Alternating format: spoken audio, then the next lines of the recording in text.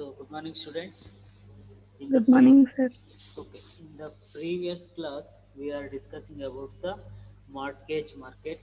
So, in this class, we are continuing with our first module, that is the introduction of financial system. In this particular chapter, we are completed till mortgage market. So, in this class, we are discussing about financial guarantees market ಅಂದರೆ ಹಣಕಾಸಿನ ಭದ್ರತಾ ಮಾರುಕಟ್ಟೆಗಳ ಬಗ್ಗೆ ನಾವು ಅಧ್ಯಯನ ಮಾಡುವಂಥದ್ದು. So what is the meaning of A financial guarantees market? So ಅಂದರೆ ಈ ಒಂದು ಹಣಕಾಸಿನ ಭದ್ರತಾ ಮಾರುಕಟ್ಟೆಗಳ ಒಂದು ಅರ್ಥವನ್ನು ನಾವು ನೋಡೋದಾದರೆ ಅಂದರೆ financial guarantee market. So what is the meaning of financial guarantees market? So a guarantee market is a center. Guarantee market is a center where finance, where finance, where finance where finance is provided against the guarantee of a reputed person in the financial circle. ಅಂತಂದ್ರೆ ಈ ಒಂದು ಹಣಕಾಸಿನ ಭದ್ರತಾ ಮಾರುಕಟ್ಟೆಯಲ್ಲಿ ನಾವು ಈ ಒಂದು ಹಣಕಾಸು ಏನು ತಗೊಳ್ತೀವಿ ಅದನ್ನು ನಾವು ಒಂದು guarantee of A person, reputed person ಅಂದರೆ ಒಬ್ಬ ವ್ಯಕ್ತಿಯ ಒಂದು ಭದ್ರತೆಯ ಜೊತೆಗೆ ಈ ಒಂದು ಹಣಕಾಸನ್ನು ನಾವು ತಗೊಳ್ಳುವಂಥದ್ದು. ಫಾರ್ ಎನ್ ಎಕ್ಸಾಂಪಲ್ ನಾವು ನೋಡೋದಾದ್ರೆ ಈ ಒಂದು ಹಣಕಾಸಿನ ಭದ್ರತೆ ನಾವೀಗ ಫಾರ್ ಎನ್ ಎಕ್ಸಾಂಪಲ್ ನಮಗೀಗ ಒಂದು ಲೋನ್ ಬೇಕಾಗಿರುತ್ತೆ ಅಂತ ತಿಳ್ಕೊಳ್ಳೋಣ. ಒಂದು ಲೋನ್ ಬೇಕಾದಾಗ ನಮಗೆ ನಾವು ಯಾವುದೇ ರೀತಿಯಾದಂತಹ ಸೆಕ್ಯೂರಿಟೀಸ್ ಇಲ್ಲದೆ ಲೋನ್ನ ತಗೊಳ್ಳೋದಕ್ಕೆ ಆಗೋದಿಲ್ಲ. Without any securities we did not borrow any money or we did not take any loan from the any person or any financial institutions. So in this particular market, in this financial guarantees market, the finance provided, the loan raised or the loan borrowed by the person from the another financial institutions which are getting against the which are go through the guarantee, or the person who gets the money, they get that particular value of money in the form of a guarantee against the guarantee. So they can, or the person who gets the money, they convey their property or they convey their securities against from the reputed person. So he is called as a financial guarantee. ಅರ್ಥ ಆಗ್ತಾ ಇದೆಯಾ? So guarantee is a contract to discharge the liability of a third party in case of his default. ಅಂತಂದ್ರೆ ಈ ಒಂದು guarantee ಅನ್ನುವಂಥದ್ದು security ಇದ್ದಂಗೆ. ಈ guarantee ಅನ್ನುವಂಥದ್ದು ಏನು? ಸೆಕ್ಯೂರಿಟಿ ಅಥವಾ ಅಥವಾ ಕಾಂಟ್ರಾಕ್ಟ್ ಅಂತ ನಾವೇನು ಕರಿತೀವಿ. ಕಾಂಟ್ರಾಕ್ಟ್ ಅಂದ್ರೆ the agreement between A two parties, the agreement between A two parties agreement between a two parties to discharge the liability of a third party. Discharge the liability of a third party ಅಂದ್ರೆ ಸಾಲವನ್ನ ನಾವು ಮೂರನೇ ವ್ಯಕ್ತಿ, ಇಬ್ಬರು ವ್ಯಕ್ತಿಗಳ ನಡುವೆ ಒಂದು ಒಪ್ಪಂದ ಆಗುತ್ತೆ. ಆದ್ರೆ ಮತ್ತೊಬ್ಬ ವ್ಯಕ್ತಿಯ ಒಂದು ಪರವಾಗಿ ಏನು ನಾವು ಕ್ರೆಡಿಟ್ ಅನ್ನು ತಗೊಳ್ತೀವಿ ಅದು ಈ ಒಂದು ಫೈನಾನ್ಷಿಯಲ್ ಗ್ಯಾರಂಟಿ ಮಾರ್ಕೆಟ್ ಅಂತ ನಾವು ಕರೆಯುವಂಥದ್ದು. In case the borrower fails to repay the loan, in case the borrower pays, the person who lends or who gets the money from the another person, in case the borrower fails, he did not complete his loan or he did not repay the loan amount to the party, or the borrower fails to repay the loan, the liability falls on the shoulders of the guarantor. ಅಂತಂದ್ರೆ ಈ ಒಂದು ಹಣಕಾಸಿನ ಒಂದು ಭದ್ರತಾ ಮಾರುಕಟ್ಟೆಯಲ್ಲಿ ಯಾರು ಹಣವನ್ನು ತಗೊಂಡಿರ್ತಾನೋ ಆ ಒಬ್ಬ ವ್ಯಕ್ತಿ ಹಣವನ್ನ ಮರುಪಾವತಿ ಮಾಡದೇ ಇದ್ರೆ ಯಾರು ಗ್ಯಾರಂಟಿಯಾಗಿ ಬಂದಿರ್ತಾರೋ ಪರ್ಸನ್, ಆ ಒಬ್ಬ ವ್ಯಕ್ತಿಯ ಒಂದು ಜವಾಬ್ದಾರಿಗೆ ಬೀಳುವಂಥದ್ದು. ಯಾಕಂತಂದ್ರೆ ಯಾವ ಒಬ್ಬ ಥರ್ಡ್ ಪಾರ್ಟಿ ಏನ್ ಬಂದಿರ್ತಾನೆ ಆ ಥರ್ಡ್ ಪಾರ್ಟಿಯ ಒಂದು ಗ್ಯಾರಂಟಿ ಮೇಲೆ ಹಣವನ್ನು ನೀಡಲಾಗಿರುತ್ತೆ. ಹಾಗಾಗಿ ಯಾವ ಒಬ್ಬ ವ್ಯಕ್ತಿ ಹಣವನ್ನು ಪಡ್ಕೊಂಡಿರ್ತಾನೋ ಅವನು ಆ ಒಂದು ಹಣವನ್ನು ರೀಪೇಮೆಂಟ್ ಮಾಡಿಲ್ಲ ಅಂತಂದ್ರೆ ಯಾರು ಆ ವ್ಯಕ್ತಿಗೆ ಹಣವನ್ನು ಕೊಡಿಸಿರ್ತಾರೋ ಆ ವ್ಯಕ್ತಿ ಅದನ್ನ ಪೇ ಮಾಡಬೇಕಾಗುತ್ತೆ. So hence the guarantor must be known to the both the borrower and the lender and he must have the means to discharge his liability. ಅಂತಂದ್ರೆ ಈ ಒಬ್ಬ ಥರ್ಡ್ ಪಾರ್ಟಿ ಏನಿರ್ತಾನೆ ಅಥವಾ ಮಿಡ್ಲ್ ಮ್ಯಾನ್ ಅಂತ ಏನಿರ್ತಾನೆ ಅಥವಾ ಬ್ರೋಕರ್ ಅಂತ ನಾವೇನ್ ಕರಿತೀವಿ, ಆ ಒಬ್ಬ ಬ್ರೋಕರು ಇಬ್ಬರಿಗೂ ಗೊತ್ತಿರ್ಬೇಕಂತಂದ್ರೆ ಲೆಂಡರ್ಗೂ ಗೊತ್ತಿರ್ಬೇಕು, ಬಾರೋರ್ಗೂ ಗೊತ್ತಿರ್ಬೇಕು. ಅಂದ್ರೆ ಕೊಡೋರ್ಗೂ ಪರಿಚಯ ಇರಬೇಕು ಮತ್ತೆ ತಗೊಳ್ಳೋಂಥವ್ರಿಗೂ ಪರಿಚಯ ಇದ್ದಾಗ ಇದರ ಒಂದು ಹೊಣೆಗಾರಿಕೆ ಅಥವಾ ಥರ್ಡ್ ಪಾರ್ಟಿ ಅಂತ ನಾವೇನ್ ಕರಿತೀವಿ ಅವರ ಒಂದು ಲಯಬಿಲಿಟಿ ಅಂತಂದ್ರೆ ಹೊಣೆಗಾರಿಕೆ ಅಂತ ನಾವೇನ್ ಕರಿತೀವಿ, ಜವಾಬ್ದಾರಿ ಅಂತ ಏನ್ ಕರಿತೀವಿ, ಆ ಒಂದು ಜವಾಬ್ದಾರಿಯನ್ನ ನಾವು ಡಿಸ್ಚಾರ್ಜ್ ಮಾಡುವಂಥದ್ದು ಅಂದ್ರೆ ಡಿಸ್ಟ್ರಿಬ್ಯೂಟ್ ಮಾಡುವಂಥದ್ದು ಇಬ್ಬರಿಗೂ, ಒಬ್ಬ ಬಾರೋವರ್ಗಾಗಿರ್ಬೋದು ಅಥವಾ ಲೆಂಡರ್ಗಾಗಿರ್ಬೋದು. ಅರ್ಥ ಆಗ್ತಿದೆಯಾ? ಇದು financial guarantees market. So through there are many types of guarantees. So there are many types of guarantees. The common forms are performance guarantee, performance performance guarantee. Second one, financial guarantee.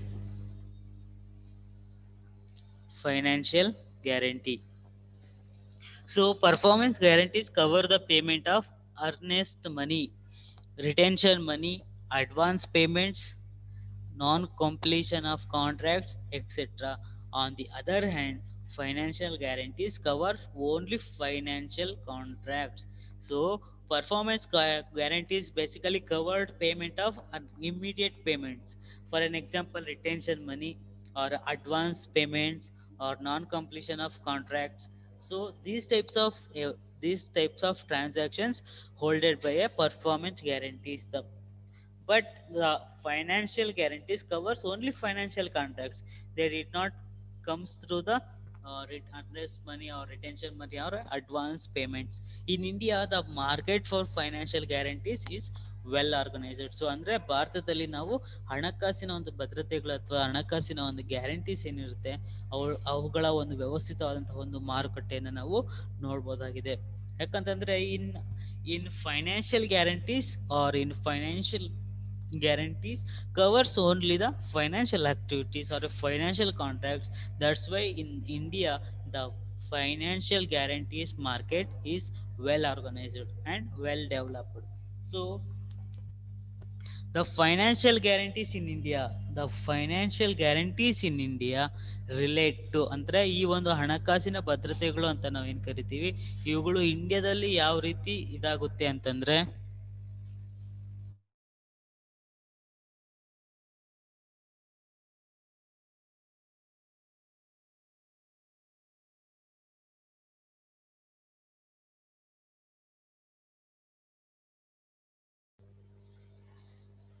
ಅರ್ಥ ಆಗ್ತೀಯಾ?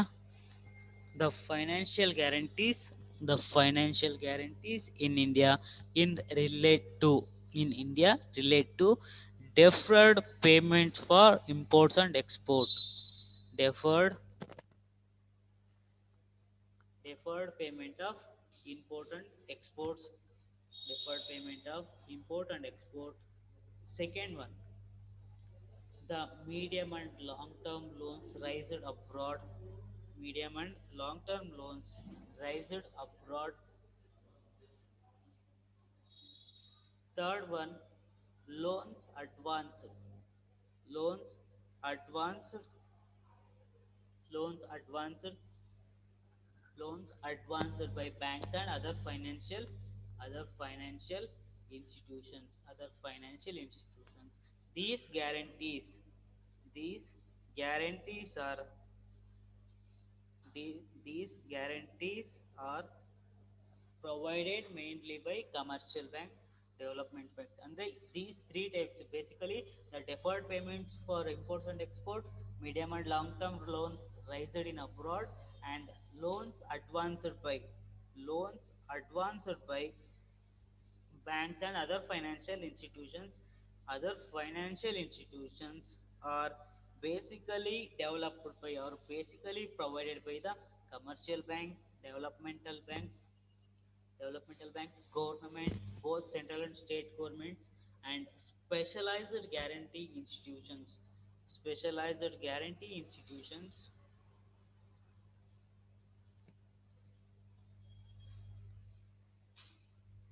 Specialized guarantee institutions like ECGC, that is Export Credit Guarantee Corporations, and DICGC, that means Deposits Insurance and Credit Guarantee Corporations. These guarantee financial services is available to both individual and corporate customers. So the finance the financial guarantees are basically basically three categorized in India, that is deferred payments for import and export. So deferred payments means deferred payments means temporary postponement of temporary postponement of payments of an outstanding bill or a debt. ಅಂದ್ರೆ ಈಗ ಉಳಿಕೆ ಇರುವಂತಹ ಹಣವನ್ನ ಅಥವಾ ನಾವು ಯಾವಾಗ ಅಥವಾ ನಾವು ಮಾಡಬೇಕಾದಂತಹ ಒಂದು ಪಾವತಿ ಏನಿರುತ್ತೆ, the payment the postponement payment, that means temporary postponement of any payment, that means a debt or a outstanding bill. ಅಂದ್ರೆ ಈಗ ಆಲ್ರೆಡಿ ಉಳಿಕೆ ಇರುವಂತಹ ಒಂದು ಪಾವತಿಗಳನ್ನ ಮುಂದಕ್ಕೆ ಪೇ ಮಾಡೋ ರೀತಿಯಲ್ಲಿ ಪೋಸ್ಟ್ಪೋನ್ಮೆಂಟ್ ಮೀನ್ಸ್ ನೆಕ್ಸ್ಟ್ ಗಾಗಿ. ಈಗ for an example, today we have to pay a certain portion of money in the existing bill, but we have to postpone that particular bill in the next month. For an example, ಈಗ ನಾವು ನೋಡೋದಾದ್ರೆ, ಈಗ for an example ನಾವು ಒಂದು ಹೌಸಲ್ಲಿ ರೆಂಟಿಗೆ ಇರ್ತೀವಿ ಅಂತ ತಿಳ್ಕೊಳ್ಳೋಣ. ಒಂದು ಹೌಸಲ್ಲಿ ರೆಂಟಿಗೆ ಇದೀವಿ ಅಂತ ತಿಳ್ಕೊಂಡಾಗ, for an example, certain problems are arised in this month December, but we have to pay rent this month. So we have to postpone the rent to pay in this month. ಅಂದ್ರೆ ಇವತ್ತಿನ ತಿಂಗಳಲ್ಲಿ ನಾವು pay ಮಾಡಬೇಕಾಗಿರುವಂತ ಒಂದು rent ಅನ್ನ ನಾವು next ಮಂತ್ಗೆ transfer ಮಾಡುವಂಥದ್ದು. So December ಅಲ್ಲಿ pay ಮಾಡುವಂತಹ ಒಂದು ರೆಂಟ್ ಅನ್ನ ನಾವು ಜಾನ್ವರಿಗೆ ಶಿಫ್ಟ್ ಮಾಡೋದನ್ನ ನಾವು ಪೋಸ್ಟ್ಪೋನ್ಮೆಂಟ್ ಆಫ್ ಬಿಲ್ ಅಂತ ಕರಿತೀವಿ. ಅಂತಂದ್ರೆ ಈಗ ಏನು ನಾವು ಪಾವತಿ ಮಾಡಬೇಕಾಗಿರುವಂತಹ ಬಾಡಿಗೆ ಏನಿದೆ ಅದನ್ನ ನಾವು ನೆಕ್ಸ್ಟ್ ಮಂತ್ಗೆ ಟ್ರಾನ್ಸ್ಫರ್ ಮಾಡುವಂಥದ್ದನ್ನು ನಾವು postponement of A bill, postponement of A ಟೆಂಪರರಿಲಿ postponement of A bill. Okay, this called as A deferred payment of import and export also. Medium and long term loans raised abroad, ಅಂದ್ರೆ ಈ ಒಂದು short medium term have a less than a period of a 1 month 1 year, sorry, less than a period of 1 month. Long term loans have a more than a 1 month. The existing period of maturity period of a loans is a more than a 1 month. Okay, so third one, loans advanced by banks and other financial institutions. So the banks and other financial institutions provide a advanced loans for the purpose of improve the financial activities also, development of a business also. Okay, ಅರ್ಥ ಆಗ್ತಾ ಇದೆಯಾ?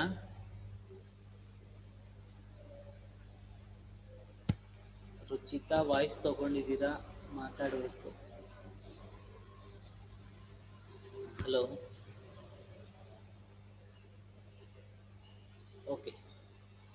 These guarantees are provided mainly by commercial banks, developmental banks, governments. Both the governments are provide financial guarantees to the financial institutions. That means state government also provide a guarantee, and central government also provide a guarantees to the financial institutions. So uh, other specialised guarantee institutions like, ಅಂದ್ರೆ ಇವುಗಳನ್ನ ಬಿಟ್ಟು, ಅಂದ್ರೆ ಅಭಿವೃದ್ಧಿ ಬ್ಯಾಂಕ್ಗಳಾಗಿರ್ಬೋದು, ಮತ್ತೆ ವಾಣಿಜ್ಯ ಬ್ಯಾಂಕ್ಗಳಾಗಿರ್ಬೋದು, ಕೇಂದ್ರ ಸರ್ಕಾರ ಆಗಿರ್ಬೋದು ಅಥವಾ ರಾಜ್ಯ ಸರ್ಕಾರ ಏನಿದೆ, ಇವುಗಳ ಜೊತೆಗೆ ಬೇರೆ ಒಂದು ವ್ಯವಸ್ಥಿತವಾದಂತಹ ಒಂದು ಭದ್ರತಾ ಸಂಸ್ಥೆಗಳು ಯಾವ ಇದಾವೆ ಅಂತಂದ್ರೆ export credit guarantee corporations and deposit insurance and credit guarantee corporations. These types of guarantees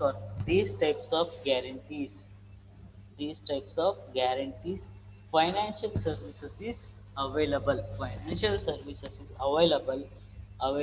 to both individuals and corporate customers. Okay, these types of financial guarantees are available for both individuals or who create a business, or a corporate business holders also, and a common people also. So both are benefited by the financial guarantees. ಅಂದ್ರೆ ಇಬ್ಬರು ಕೂಡ, ಅಂದ್ರೆ ಸಾಮಾನ್ಯ ವ್ಯಕ್ತಿ ಆಗಿರ್ಬೋದು ಅಥವಾ ಒಬ್ಬ ವ್ಯಕ್ತಿ ಅಥವಾ ಈ ವ್ಯವಹಾರವನ್ನು ನಡೆಸುವಂತಹ ಒಂದು ವ್ಯಕ್ತಿಯು ಸಹ ಈ ಒಂದು ಫೈನಾನ್ಷಿಯಲ್ ಸೆಕ್ಯೂರಿಟೀಸ್ ಅಥವಾ ಫೈನಾನ್ಷಿಯಲ್ ಗ್ಯಾರಂಟಿ ಅಂತ ಏನು ಕರಿತೀವಿ, ಈ ಒಂದು ಫೈನಾನ್ಷಿಯಲ್ ಗ್ಯಾರಂಟಿಯ ಬೆನಿಫಿಟ್ ಅನ್ನು ಪಡ್ಕೊಳ್ಳುವಂಥದ್ದು. Next one, importance of capital market. Importance of capital market ಅಂದರೆ ಈ ಒಂದು ಬಂಡವಾಳ ಮಾರುಕಟ್ಟೆಯ ಒಂದು ಪ್ರಾಮುಖ್ಯತೆ ಏನು ಅನ್ನೋದನ್ನ ನಾವು ನೋಡೋದಾದ್ರೆ, ಬಂಡವಾಳ ಮಾರುಕಟ್ಟೆಯ ಒಂದು ಪ್ರಾಮುಖ್ಯತೆ. So what is the importance of a capital market? So what is the importance of capital market? Absence of capital market act as a deterrent factor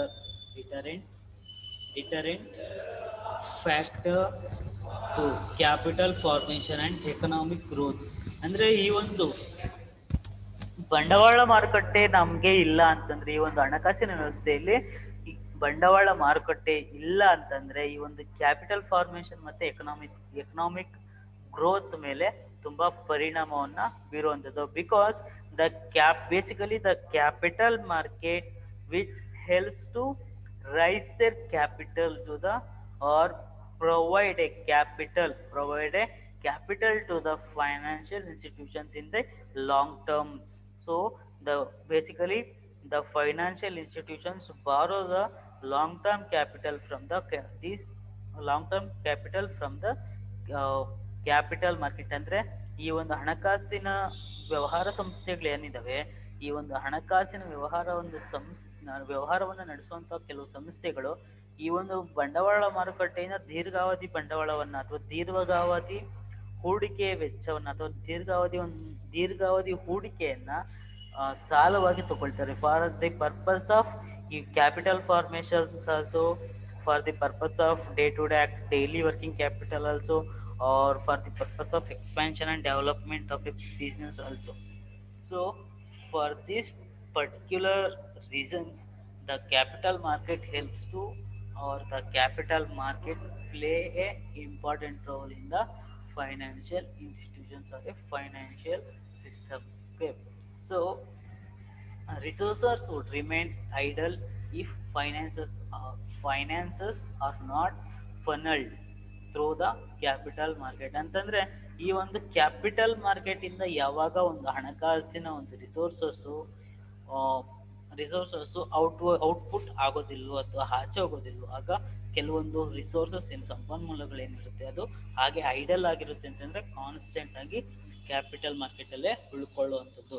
so the importance of capital market can be briefly summarized as follows. ಅಂತಂದ್ರೆ ಈ ಒಂದು capital market ನ ಒಂದು importance ಅಂದ್ರೆ ಈ ಒಂದು ಭದ್ರತಾ ಮಾರುಕಟ್ಟೆ ಬಂಡವಾಳ ಮಾರುಕಟ್ಟೆಯ ಒಂದು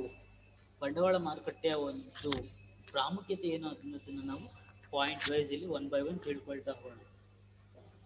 so first one the capital market. The capital market serves as an important source for the productive use of the economy savings. So basically the capital market helps to improve, or the capital market increases savings, or capital market increase the savings of the customer, savings of the common public. So when the capital market serves as an important source, so when the capital market generates the savings, or when the capital market increase the savings of the common people, automatically the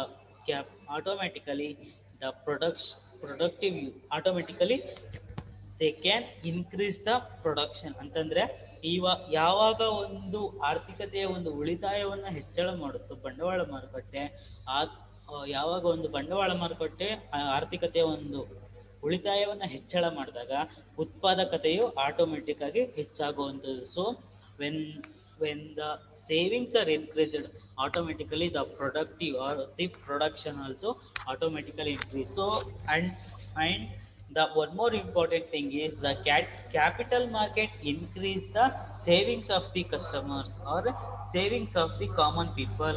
So when the capital market increase the savings, so the capital market can convert these types of savings into the investment. So basically who saves who increase their savings, so common people. That means, for an example, low level and mid level people are basically interested in savings their funds for the purpose of future.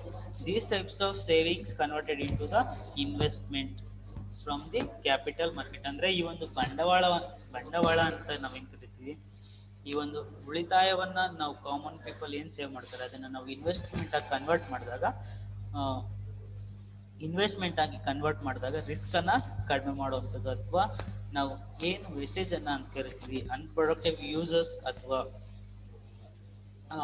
ನಾವು ಇತರೆ ಏನು unproductive uses ಅಥವಾ ಯಾವುದು ಉಪಯೋಗ ಆಗೋದಿಲ್ವೋ ಒಂದ್ರ ಮೇಲೆ ನಾವು invest ಮಾಡೋ ಬದಲು ಎಫೆಕ್ಟಿವ್ ಆಗಿ ಯೂಸ್ ಆಗುವಂಥದ್ರ ಮೇಲೆ ಉಪಯೋಗವನ್ನ ಮಾಡೋದಕ್ಕೆ ಈ ಒಂದು ಕ್ಯಾಪಿಟಲ್ ಮಾರ್ಕೆಟ್ ಹೆಲ್ಪ್ ಮಾಡುವಂಥದ್ದು. ಅರ್ಥ ಆಗ್ತಿದ್ಯಾ? Second one, it provides incentives to savings and facilitates capital formation by offering suitable rates of interest as the price of capital. So the capital market helps to provide incentives, provide advantages, or it gives a suitable rates of interest. It generates a particular rate of interest, or it helps to earn a huge income. So ಹಾಗಾಗಿ ಈ ಒಂದು ಬಂಡವಾಳ ಮಾರುಕಟ್ಟೆ ಅನ್ನುವಂಥದ್ದು incentives ಅಂತಂದ್ರೆ, for an example ಈಗ ನಾವು savings ಮಾಡಿರ್ತೀವಿ, ಅದಕ್ಕೆ ನಮಗೆ ಇಂಟ್ರೆಸ್ಟ್ ನ ಕೊಡುವಂಥದ್ದು, ಅದು ನಮಗೆ ರೆವಿನ್ಯೂಸ್. ಇನ್ಸೆಂಟಿವ್ಸ್ ಅಂತಂದ್ರೆ ಬೆನಿಫಿಟ್ಸ್ ಆಗಿರ್ಬೋದು, ಅಥವಾ ರೆವಿನ್ಯೂಸ್ ಆಗಿರ್ಬೋದು, ಅಥವಾ ನಾವು ಏನ್ ಅರ್ನ್ ಮಾಡ್ತೀವಿ ಅನ್ನೋದನ್ನ ನಾವು ಇಲ್ಲಿ ಇನ್ಸೆಂಟಿವ್ಸ್ ಅಂತ ತಗೋಬಹುದು. ಅಥವಾ ಫೆಸಿಲಿಟೀಸ್ ಆಗಿರ್ಬೋದು, ಆಫರ್ಸ್ ಅಂತ ಏನ್ ಕರಿತೀವಿ, ಇವೆಲ್ಲವೂ ಕೂಡ ಇನ್ಸೆಂಟಿವ್ಸ್ ಕೆಳಗಡೆ ಬರುವಂಥದ್ದು. So the capital market helps to provide a huge incentives or huge benefits to the savings. ಅಂದ್ರೆ ನಾವೇನ್ ಸೇವಿಂಗ್ಸ್ ಅನ್ನ ಮಾಡ್ತೀವಿ ಅದಕ್ಕೆ ನಮಗೆ ಹ್ಯೂಜ್ ಅಥವಾ ಫೆಸಿಲಿಟೀಸ್ ಅನ್ನ ಪ್ರೊವೈಡ್ ಮಾಡ್ತಾರೆ. For an example, if we put something they can provide A interest rate ಅಂತಂದ್ರೆ ನಾವು ಏನೋ ಒಂದು ಸೇವಿಂಗ್ಸ್ ಅನ್ನ ಮಾಡ್ತೀವಿ, ಅದಕ್ಕೆ ಒಂದು ಪರ್ಟಿಕ್ಯುಲರ್ ರೇಟ್ ಆಫ್ ಇಂಟ್ರೆಸ್ಟ್ ಅಲ್ಲಿ ನಮಗೆ ರೆವಿನ್ಯೂ ಅನ್ನ ಪ್ರೊವೈಡ್ ಮಾಡುವಂಥದ್ದು. So it provides incentives to savings and facilitates the capital formation by offering a suitable rates. ಅಂದ್ರೆ ನಾವು ಏನು ಇನ್ವೆಸ್ಟ್ ಮಾಡ್ತೀವಿ ಅದಕ್ಕೆ ಅನುಗುಣವಾಗಿ ಒಂದು ಸೂಟಬಲ್ ರೇಟ್ ಆಫ್ ಇಂಟ್ರೆಸ್ಟ್ ಅನ್ನ ಪ್ರೊವೈಡ್ ಮಾಡುವಂಥದ್ದು. Third one,